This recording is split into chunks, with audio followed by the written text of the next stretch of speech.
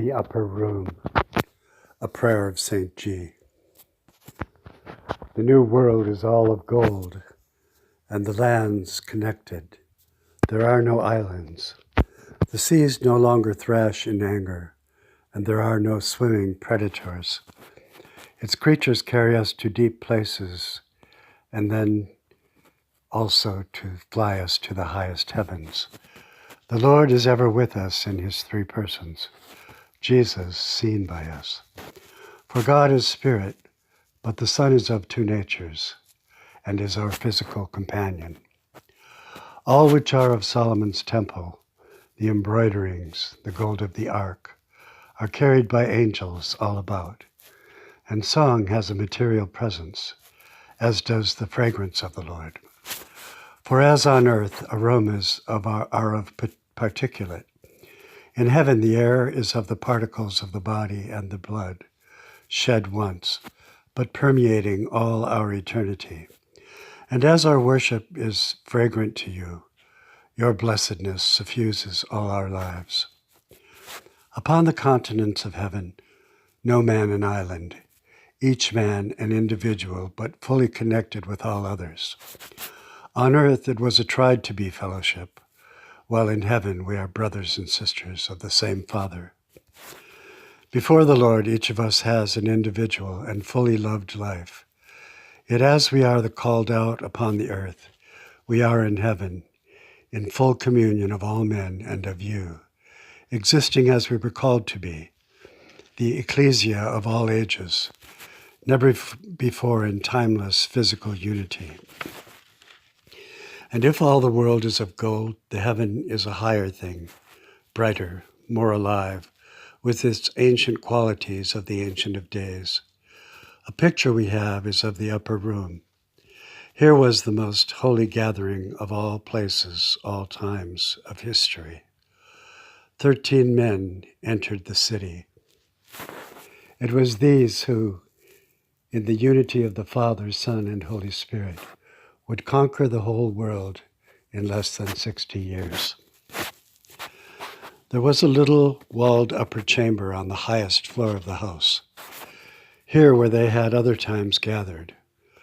Our mansions with you will be both familiar and strange, strange as in unexplainable mystery, and of joy so full it stops the mouth. The guest chamber was prepared for them, the Passover food spread out for them on the table, where round about they lay on cushions and divans, each inclined closely to the other. Many lamps were lit. As always, it was to this room to sup, to repose, and to pray. It was commodious for 13, not jabbering as many times before, but in a holy hush.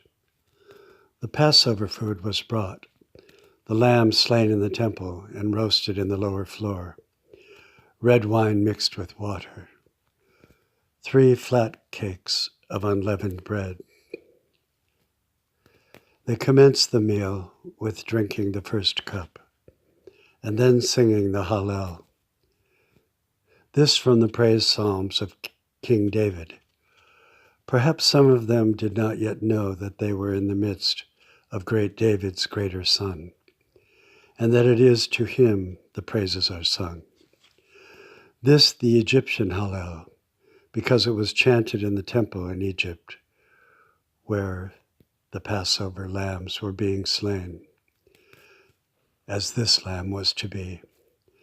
The second cup of water and wine was then drunk.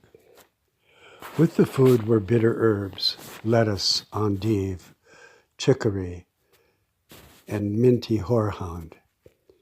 These dipped into a paste of sweet charoset.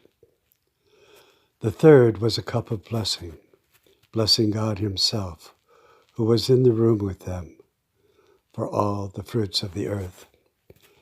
Thereupon the fourth was drunk, a cup of joy. This cup perhaps tasted very bitter to Jesus among them, but not so bitter as the trial at hand. 7 centuries before was Daniel in the upper room, his life in jeopardy, as was yours. Yet he confidently prayed thrice per day to his Father in defiance of the world. And 5 centuries before, in an upper room, was King David weeping and crying out, "O my son, Absalom, my son, the son of his heart." Now the deeper story of the supper table takes place, which we will not here reveal, only to say that the particles of his body and his blood are the very atmosphere we shall breathe in that upper place, the highest heaven. And all our moments shall be of the fragrance of the Lord. Amen.